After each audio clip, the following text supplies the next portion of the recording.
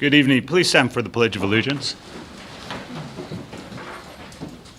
I pledge allegiance to the flag of the United States of America and to the republic for which it stands, one nation, under God, indivisible, with liberty and justice for all.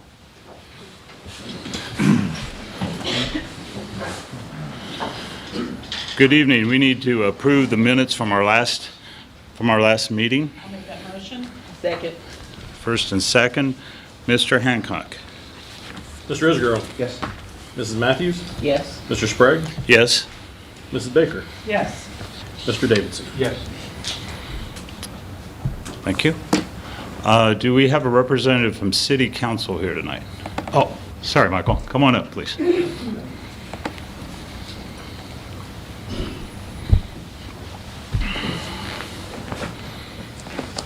Good evening, Evening.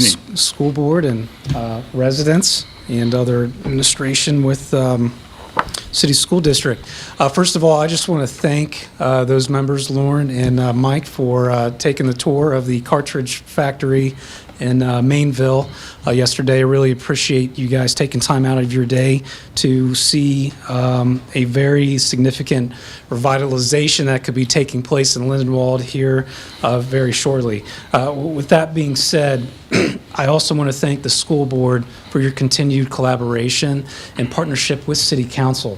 Without our strong relationship with the TIF and the financing, a lot of these projects that we're seeing in Hamilton would not happen if it wasn't for your belief in City Council and City Administration to do the right thing for our residents and our businesses. So thank you. Hopefully, we'll be getting that development agreement here to City Council here shortly, and we can get this bad boy moving in Lindenwold. So Sounds good. We are really looking forward to that. As you know, the ARPA money is being dispersed. Hamilton is receiving $33 million. We had our discussion last night initially. As you know, City Council was tasked to give the city manager our personal needs and wants of what we would like to see that money spent on. Now, there's a lot of things on that list that I personally would like to see that aren't. But the biggest thing is we don't have any resident input.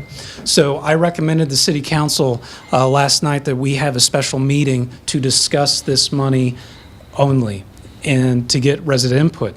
So as of now, September 1st, and I believe at City Council chambers at 6:30, we're going to have a special meeting, and I would invite a lot of you folks to come and just tell us what you feel you would like to see done in your city. This is a one-time lump sum that we probably will never see again.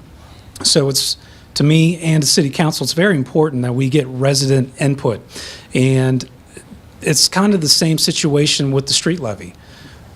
The residents voted on what streets they would like to see resurfaced in their town. So we just want to engage everybody to make sure we're reaching out and everybody plays a part with this. So other than that, I understand the next Monday is the first day of school for some of the folks, those poor kids. So Will you have the streets done by the first day of school for the buses? I'm just hoping I can get that Black Street Bridge open by the first day of school. That'd be, I'm going to find out about we'd that. appreciate that. So- Whatever you can do to personally help on that, I will. So good luck and congratulations on what I'm sure is going to be another great year for you guys. And Thank you. as always, let me know if you need anything. we do. Thank you, Michael. Thank you. Thank you. We're at the point of the evening where we do citizens' input, participation, and I think you've been provided with a copy of our board policy, and it's probably not a bad idea to occasionally review board policy on public participation at our meetings. I'm going to give you the Reader's Digest version because I don't like all the verbiage, but that's okay. But we recognize that it's an important part of the public spirit to allow for citizens to participate in our meetings. So one of the criteria, or one of the part of the policy, is any resident of the district wishing to be on the agenda should register their intent with the superintendent no later than 7 days prior to the next regular board meeting. Now, let me say right now, as the presiding officer for this meeting, we have never, as long as, I can't say never, but we don't have precedent for doing that in the past, and we don't intend to do it now. And I, as a presiding officer, I would waive that requirement that you need to register 7 days in advance. But you do need to be a resident of the city to speak at these meetings. Do I have any disagreement with the board? Public is invited to participate as indicated on the order of business, which is on our agenda. Attendees must register their intention to participate in the public portion of the meeting upon their arrival at the meeting, which I notice a few people have. Participants must be recognized by the presiding officer and must preface their comments by an announcement of their name, address, and a group affiliation if and when appropriate. Each statement made by a participant shall be limited to 3 minutes duration and no longer at the discretion of the presiding officer. No participant may speak more than once on the same topic, unless all others who wish to speak have done so. All statements shall be directed to me, the presiding officer, and no person may address or question board members individually. You are allowed to do audio or video recording during this meeting, as we already have TV Hamilton there, so I think we have that covered. Also, the presiding officer may prohibit public comments that are frivolous, repetitive, and/or harassing. I may also interrupt, warn, or terminate a participant's statement when the statement is too lengthy, personally directed, abusive, off-topic, antagonistic, obscene, or irrelevant. I may request any individual to leave the meeting when that person does not observe reasonable decorum or is disruptive to the conduct of the meeting. I may also request the assistance of law enforcement officers in the removal of a disorderly person when that person's conduct interferes with the orderly progress of the meeting. I can also call for a recess or an adjournment to another time when the lack of public decorum so interferes with the orderly conduct of the meeting as to warrant such action. These rules may be waived with the approval of the board. The portion of the meeting during which the participation of the public is invited shall be limited to 30 minutes and thus extended by a vote of the board. I'm not saying all this to diminish speakers, but I do think we need to have some parameters on how we have our meetings held. So at this time, I'd like to invite the following individual to speak to us. Just come up to the podium. When you are called up, please give your name and your address. Tara Malali? Is Tara here? Okay. Did I say that right? Pretty close. Pretty close. Okay, I'll take that. How are you this evening? Fine, thank you. Good, thanks. So again, my name is Tara Malali, and I reside at 310 Timber Hill in Hamilton. And I'm here tonight to talk about some news regarding my daughter and her ineligibility for playing soccer this year. I was just informed Sunday, actually, that she was not going to be able to play soccer. And the criteria given was that the school policy, which has been in place for some time, which was explained to me, that she did not meet the eligibility of being enrolled in 5 classes. But indeed, she was enrolled in 5 classes. It turns out that gym, which was not assigned to her, or was assigned to her, she did not choose it, did not count towards that criteria. So I have already spoken with the director of athletics and also Jessie, I'm going to butcher her last name, Weisbro? Okay, thank you. And they went to abide by the policy that she's explaining to me has not changed. But I went to kind of understand that a little bit more because I have a junior this year who has 2 years left to make high school memories, and she's already had 1 year taken away with COVID, out of all of our control. So what I want to understand is if the school has this policy, and in times past, because this is not her first time playing soccer, this is not her first year, how was it missed? And I mean, systems, processes, things fall through the cracks. But if we understand that this was something out of my child's control that caused her to be ineligible, why are we still not bending on the policy that we create as members for Hamilton Christian or Hamilton High School. So could you help enlighten me? I can give you more details of her situation, but in a nutshell, that's what is being told to me, that a policy cannot be changed. Do you want to address that? Would you like me to? Yeah, Go so, board policy and athletic department policy is that every student must be passing 5 courses in the preceding quarter to the sport of which they are going to be participating. It specifically states in the policy that those have to be 5 one-credit classes, of which physical education in the state of Ohio is not a one-credit class, it's a half-credit class. So that has been consistent through the years of the policy, and it's basically across the state of Ohio that physical education does not count as a one-credit class.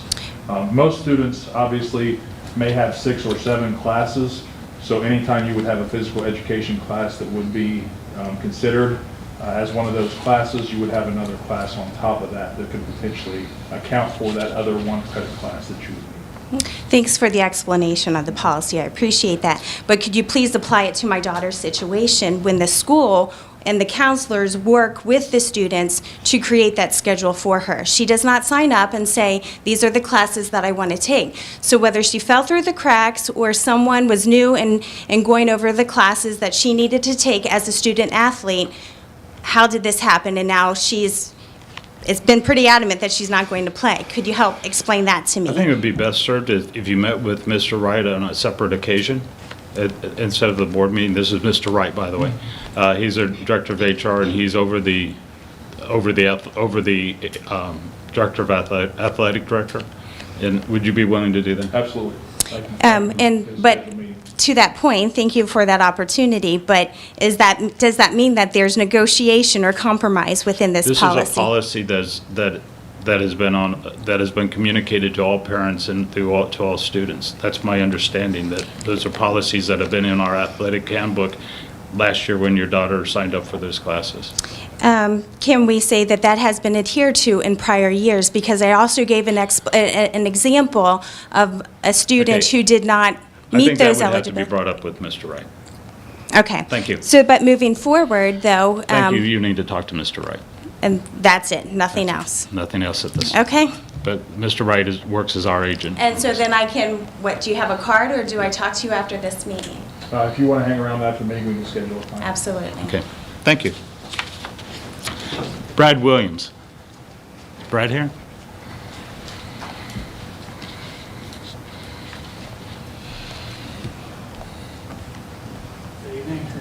Good evening. I'm Brad Williams, 3347 Pleasant Avenue. So I guess I'm just here pretty much just to express my opinion on things, and it sort of relates to her issue, in that we all understand what the policy is. We all understand if the policy was met or not met. My question is more towards the fact that, OHSAA had suspended all eligibility requirements due to the pandemic. And it seems as though Hamilton City School District is, well, at least we'll just go with the GMC, is the only one that opted not to provide that opportunity for their students. So, my daughter is caught up in this, and in going forward, trying to figure out what was going on, the reason that I was given was pretty much felt like a here, get out of our face type of, reasoning, which was, Hamilton has always just we don't recognize it because Hamilton has always just maintained the highest standards. And that's great, but that implies that every other school in the state thinks less of their standards, and they're going to honor the benefit or the relief that has been given to the kids. So my question is just, obviously, and I'm not trying to degrade Hamilton City School District, but we know that answer is just a get out of my face answer. So we're left with not understanding why Hamilton isn't honoring that or providing that opportunity to the students. Do you want to? Basically, our board policy that's adopted is that we have a 1.75 GPA for students. The state standard is a 1.0 GPA. The OHSA has just allowed for the exclusion of the 5 credit courses. That's always been a policy that the state has upheld until this year. Due to COVID, that's the only time that that policy has not been in place, is this current year. What I will tell you is that that policy, according to what we're hearing from the OHSAA, will go back into effect in October for the second quarter for all athletes across the state, that 5 credit policy. Yeah, I understand. I heard the same thing.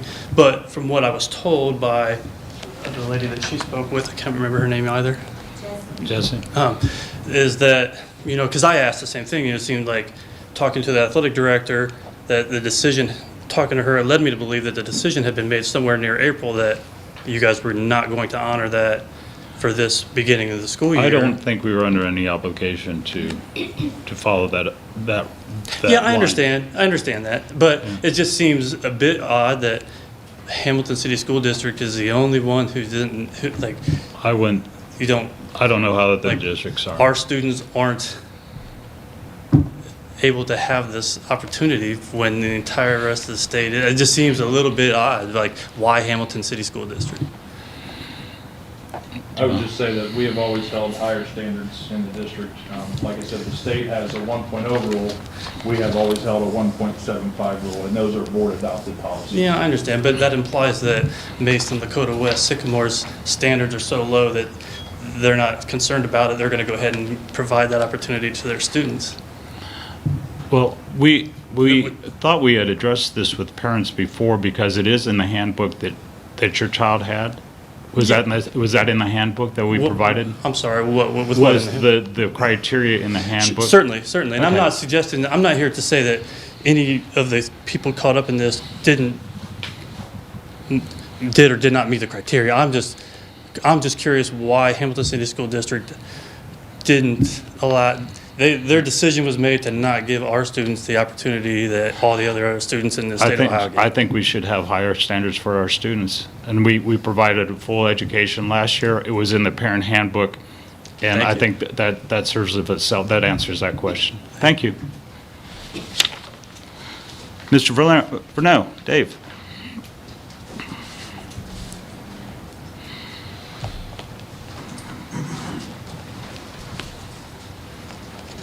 Thank you. David Verneau, 6 Woodbury Court, Hamilton. I come before the board to speak in support of full in-person learning for Hamilton students this school year. I also come advocating for the health of students and staff of Hamilton City Schools, as well as their families back home. To these ends, I encourage the board to implement universal K-12 masking for students and staff, regardless of vaccine status.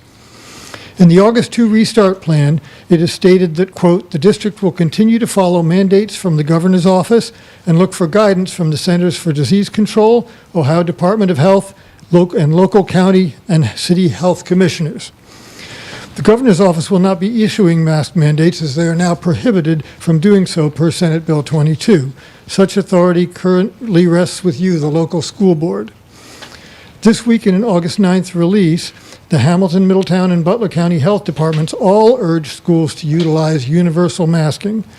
They strongly recommend, quote, "All staff and all students wear a mask when they are inside a building.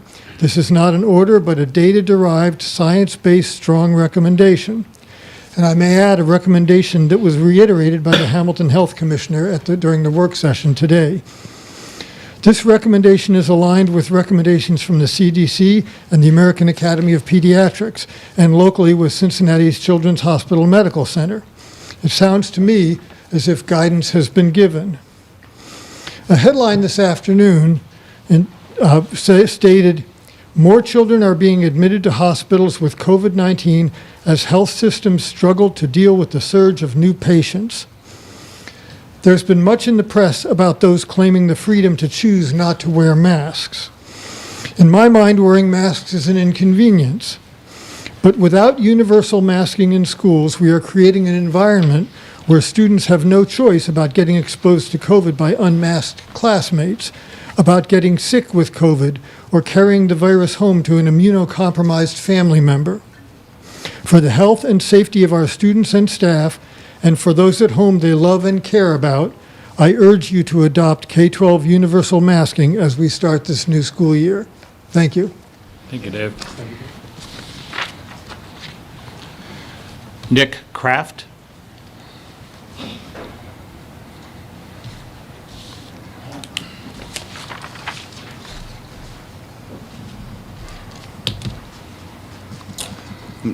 Nick Kraft at 510 Harrison Avenue here in Hamilton.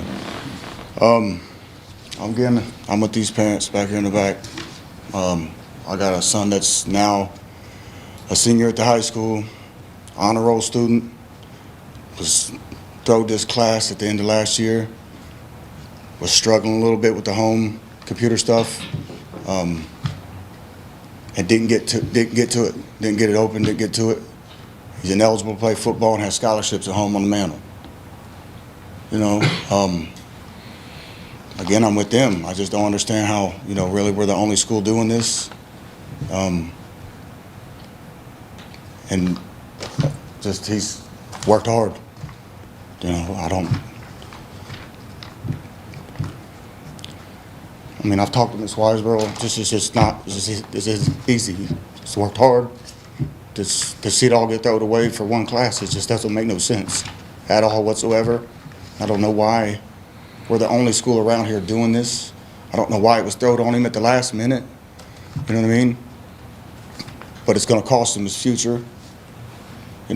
Center College is super interested in watching him play football, along with a few others.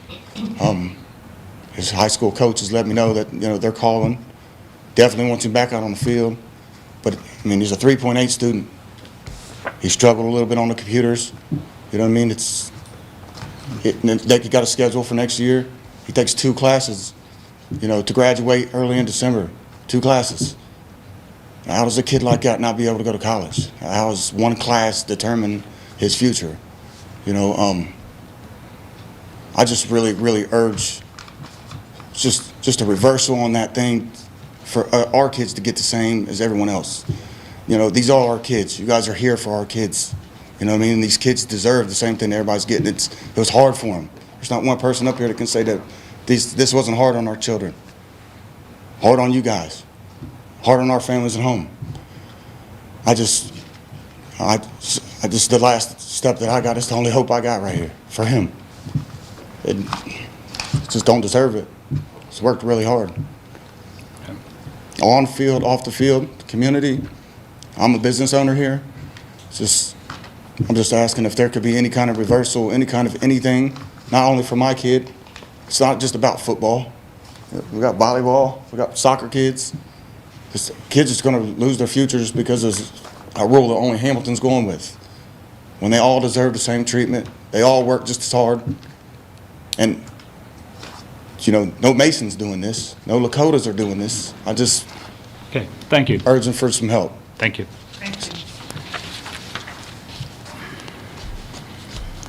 Todd Brown.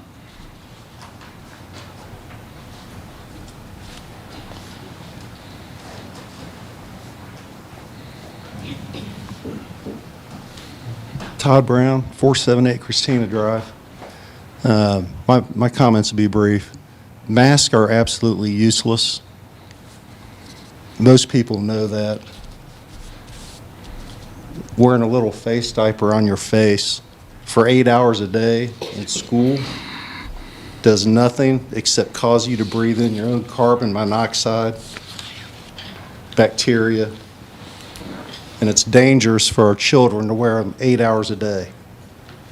They don't do anything to block out the virus, and it's borderline child abuse to cause these children to wear these masks all day. So stick to your policy, make it optional, and everything will be okay. Thank you. Thank you. Thank you very much for those who participated tonight. I think we were going to discuss the ESSER funds.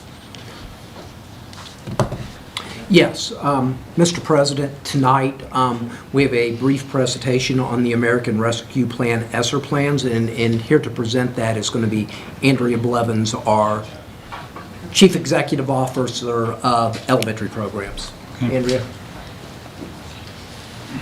Good evening, board and community. I'm here again. If you remember, I came to you last spring with a plan to try to put our kids back on track. As many of the people have discussed tonight, and as we know, COVID has created learning loss for our students, and that has happened at the K-12 level. And so the federal government and the state government have asked us to come up with a plan on how to get kids back on track. We know that the best place for our kids are in school. We know that the best place is with teachers.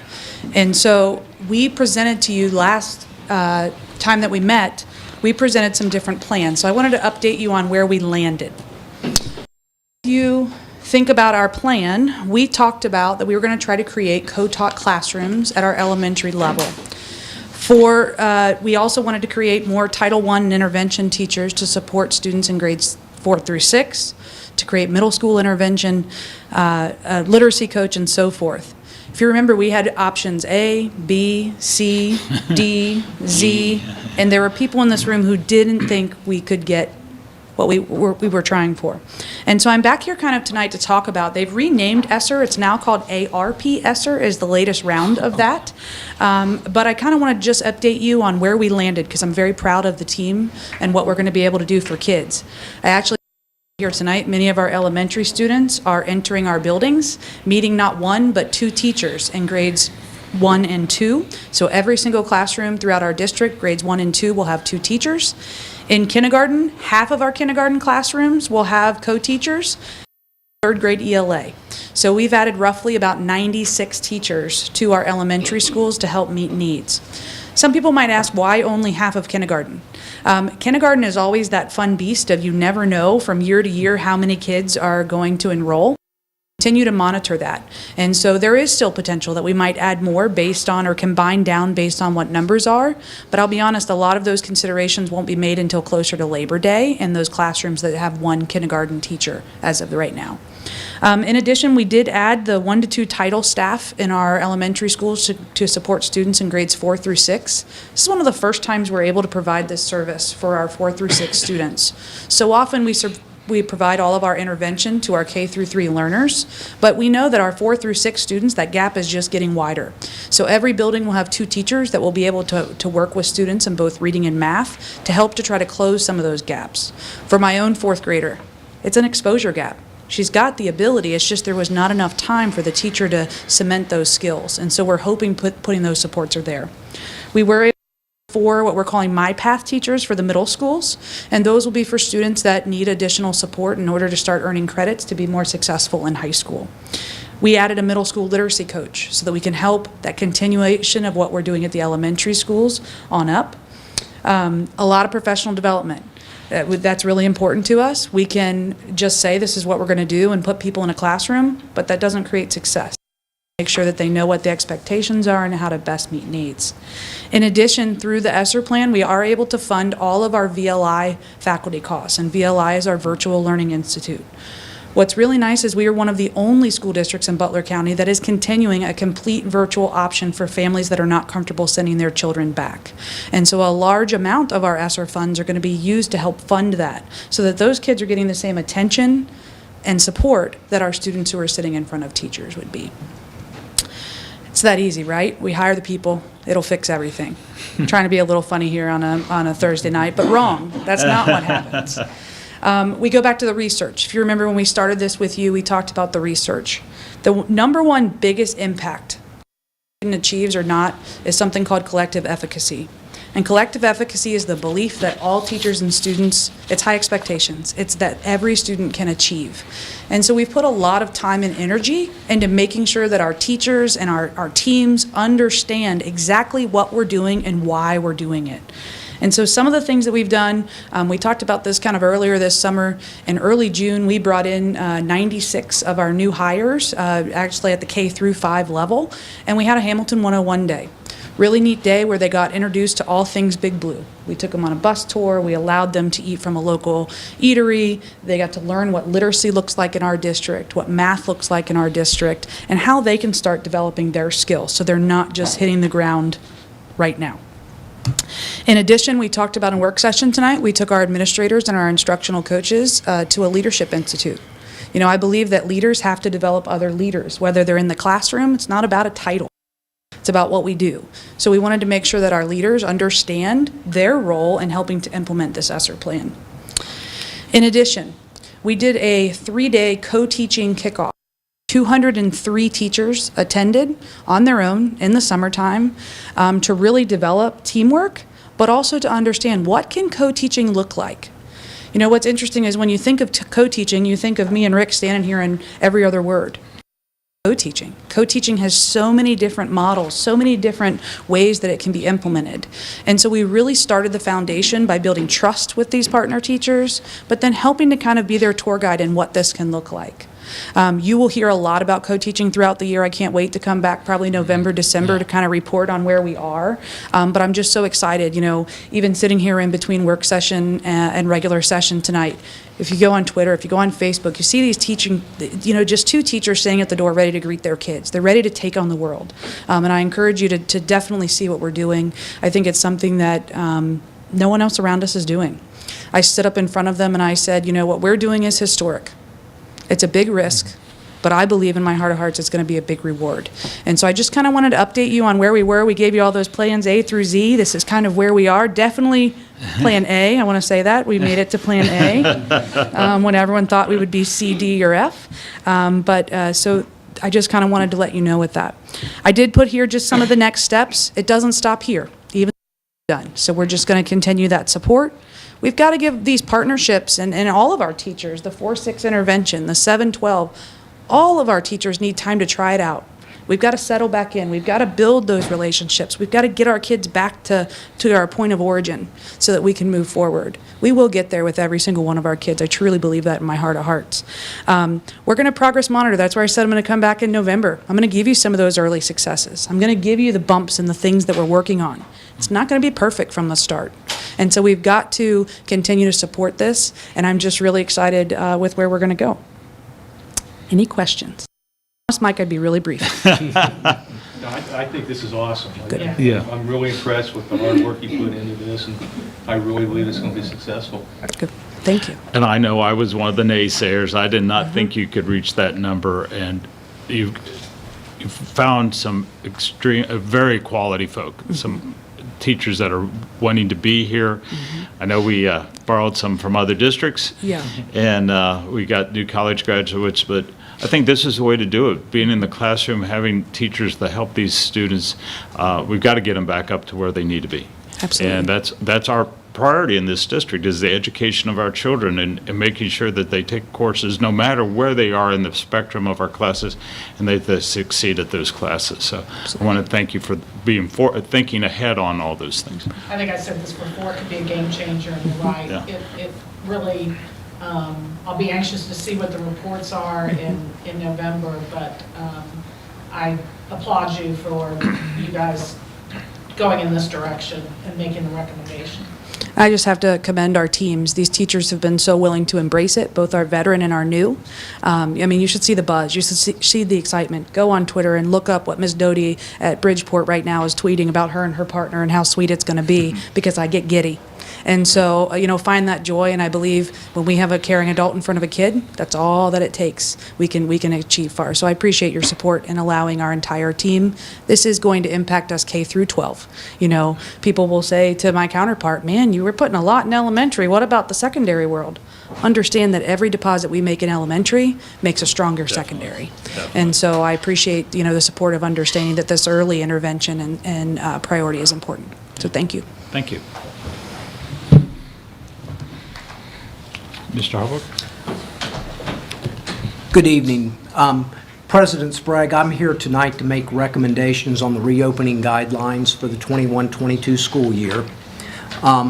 Before we make those recommendations, what I want to say is that for the last 18 to 24 months, we have held closely to the standards that are associated with the Ohio Department of Health. We have communicated in bi-weekly and sometimes tri-weekly meetings with the 3 health commissioners as well as the area superintendents in Butler County to just get a feel for what other districts are doing as well and to collaborate with one another. Endorsing the Ohio Department of Health's recommendations has been something that we have been successful with throughout this pandemic. And my recommendation is that we continue that pathway and endorse those recommendations. Several of the highlights of those recommendations include, first of all, strongly recommending anyone that has not been vaccinated to do so. We know that vaccines are working. They are preventing people from getting sick. So if you are one of those folks that are eligible for the vaccine and you haven't gotten that, we encourage you to do so. Secondly, we are strongly recommending masks for all students pre-K through 12, but it's a strong recommendation, as is stated in the Ohio Department of Health guidelines, and not a requirement. Buses. All students on buses are required to wear masks. That is a federal mandate, and that is not something that the school board has any discretion on. And we recommend to the board to adopt the quarantine guidelines that are established through the Ohio Department of Health and are outlined in the reopening guidelines that you have in front of you this evening. All of these things are subject to change as conditions and possible mandates in the future dictate, but at the start of the school year, we went 5 days in person with our students, unless they opted for our virtual learning academy earlier, and we are asking that you adopt the guidelines that I've outlined tonight. Okay. So the motion on the board is that the Hamilton City School Board of Education hereby approves the attached reopening plan for school in the Hamilton City School District. This plan may be amended from time to time as needed at the discretion of the superintendent. Do I have a second to that motion? I'll second that. Mrs. Baker, can I do a motion? Okay, then we'll do it. Mr. Hancock? Mrs. Matthews? Yes. Mr. Sprague? Yes. Mrs. Baker? Yes. Mr. Davidson? Yes. Mr. Isgro? Yes. Mr. Hancock, did you want to say anything about the student handbook? Yep. Pardon? I got that. Okay. Next on the agenda, we do have the district student handbooks for the 21-22 school year.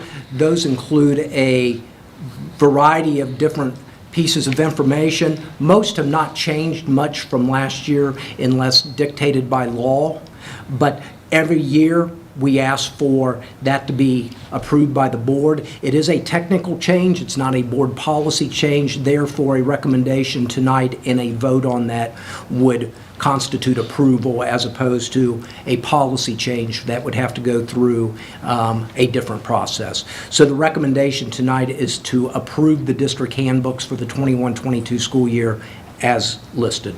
Do I have a motion? So moved. I'll second. Second, okay. I heard you up first, okay. Mr. Hancock? Mr. Sprague? Yes. Mrs. Baker? Yes. Mr. Davidson? Yes. Mr. Isgro? Yes. Mrs. Matthews? Yes. On our agenda tonight, we have special education initiatives, and may I say that when I look at all these counseling services and psychological services that are coming to our schools, this is fantastic for our community, for our families. It's just amazing how we can bring so many different groups together for our students, and this is wonderful. Did you want to say something? I do. I think it's imperative that we service a broad continuum of students. And our biggest responsibility is to make sure that we service all students. And that doesn't mean, all doesn't mean equal. All means every student gets what they need to be successful. And I think that evidence in this recommendation is the variety of services that we're providing for a number of different kids that have, various needs. And so you see that in many of the programs that we're recommending this evening. So I have a motion, I'd like a motion to accept the special education initiatives as outlined in the agenda. I'll make that motion, sir. Second? Mr. Hancock? Mrs. Baker? Abstain. Mr. Davidson? Yes. Mr. Isgro? Yes. Mrs. Matthews? Yes. Mr. Sprague? Yes. Board members, in front of you, you've had the consent agenda for tonight's meeting from Human Resources, Secondary Instruction and Curriculum. We've had a chance to review those, and business operations, obviously, too. Before we get into that real fast, I just want to thank Mr. Jeff. Jeff, your name was Kilby. Kilby, thank you, for your work on the lighting grant for $200,000 that is to help making our lighting more energy efficient. That's a real coup for you. Thank you very much. I had to throw him something. Anyway, so I'd like a motion to accept the consent agenda. I'll make that motion. Mrs. Baker, Second. second by Pastor Shack. Mr. Hancock. Mr. Davidson? Yes. Mr. Isgro? Yes. Mrs. Matthews? Yes. Mr. Sprague? Yes. Mrs. Baker? Yes. Mr. Hancock. Mr. President? Where did my finance agenda go? That's okay, I lost mine too. All right. I've got one right in front of me. I have a handful of items for you tonight, Mr. President, including a Butler County Educational Service Center agreement, 2 agreements with the Southwest Ohio Computer Association for computer services and technology services, including connectivity to the internet. We have 3 confirming purchase requisitions and the financial reports for both the months of June, since we didn't really have a business meeting in July, and for July as well. Make a motion that way you can do with it.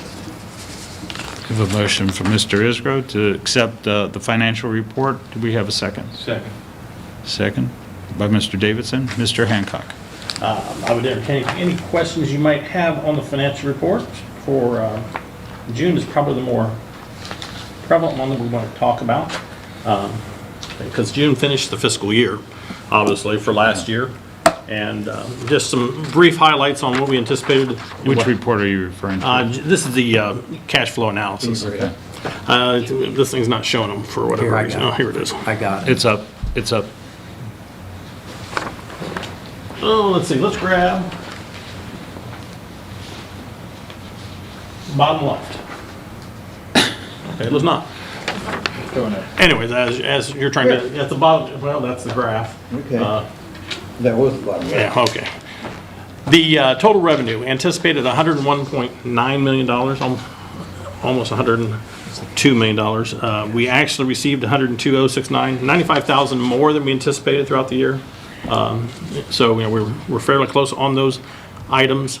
And so that did end up as we anticipated.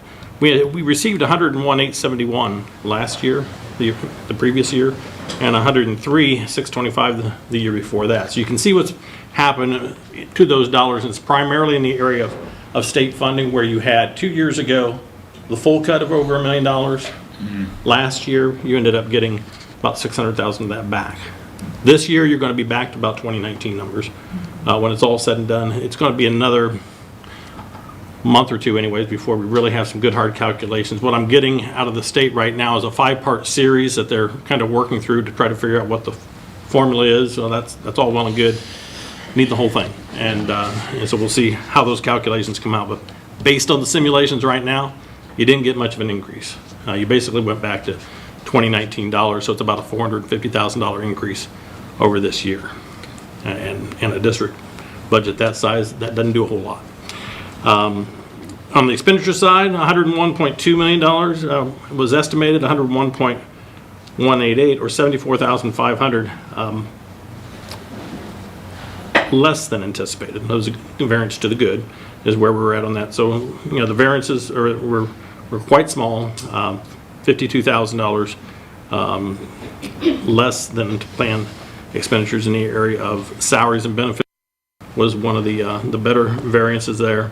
And again, we came in as planned. Now, those are some interesting numbers, and I think as you go through these numbers, especially in the next few months, comparing to the last 2 years, those really kind of start to tell the story, and they're going to be some interesting numbers because of all the movement of money that's happening. One, due to ESSERS. Two, the student wellness funds that were out in the 467 fund. They're not in the new budget. They're combined into it. So you're going to see mass movements of dollars. Your general fund revenue and expenditures are going to actually go down as far as the base is concerned, because of the fact that they're going to pull out the charter school payments, they're going to pull out the scholarship payments, and they're going to pull out open enrollment. And those are big 7-digit numbers with a very crooked first number on it. So that will certainly impact it as we move forward. Again, those in the net, though, when you put it all together, wash out to $2019 from what they've told us so far. We'll see what the actual calculation comes out as. So again, last year went largely as planned. We're off and running this year. The July financials are in there. Again, it's far too early to tell anything about that. We're in the implementation stage right now for the next 6 weeks or so of salaries for new contracts. So those just started the last payroll. We got another group, second payroll in August, and the big group is the first payroll in September. Certainly a lot of things happening in that department right now just to get all of that work done.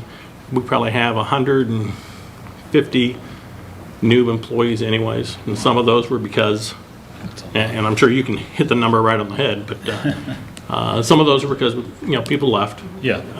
Some of those because we hired about 90-something new ones to accomplish the goal with the new program. So again, we're off and running, and entertaining questions you might have.